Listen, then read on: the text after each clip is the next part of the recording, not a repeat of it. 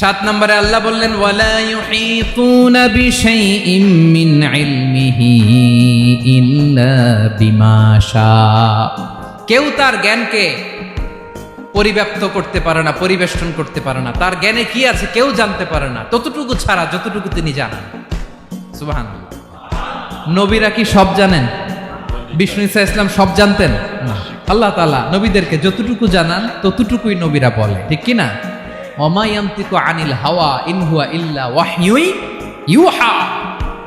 আল্লাহ যতটুকু জানায় নবীরা ততটুকু বলতে পারে, এর বাইরে বলতে পারে না। আল্লাহ যতটুকু জানায় ততটুকু। আমাদের জ্ঞান যা আছে দিছে কে? সবাই বলুন, কে দিছে? এজন্য আল্লাহ বলে আমি যদি জ্ঞান দেই তাইলে তোমরা জ্ঞান পাও, এছাড়া জ্ঞানের কোনো মাধ্যম দুনিয়াতে। আর আমাদের জ্ঞান একেবারে কম, এই জ্ঞান নিয়ে আমরা বড়াই, কত বড়াই করি। জ্ঞানের কত বড়াই, গর্ব অহংকার, কত গরম আছে না নাই? কি জ্ঞান আছে আপনার? কি জানেন বলেন? ভবিষ্যৎ জানেন? কালকে কি হবে জানেন? তো কি জানেন আপনি? কালকে কি হবে এটাই তো জানি না, এখন কি হবে তাই জানি না, পিছনে কি করছিলাম এটা মনে রাখতে পারি না। আজ থেকে 1 মাস আগে এই বিকেলে আপনি কি করতেছিলেন মনে আছে? এত দূরে যাওয়া লাগবে না। আজ থেকে 1 সপ্তাহ আগে রাত্রে বেলায় কি খাইছিলেন মনে আছে? আজ থেকে 5 দিন আগে কোন জামাটা পরছিলাম মনে আছে? তো কি জানেন আপনি? কিছুই না। আমাদের জ্ঞানকে আল্লাহ বলেছেন কলিল।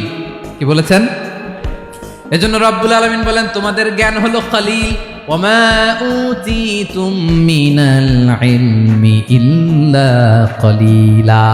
একেবারে যত সামান্য জ্ঞান আমি আল্লাহ তোমাদেরকে দিয়েছি, আসল জ্ঞান ভান্ডার একমাত্র আমি আল্লাহর কাছে। তাহলে আমাদের জ্ঞানকে আল্লাহ কি বলেছেন? কলিল। একটু বলুন কি বলেছেন? কলিল মানে কি?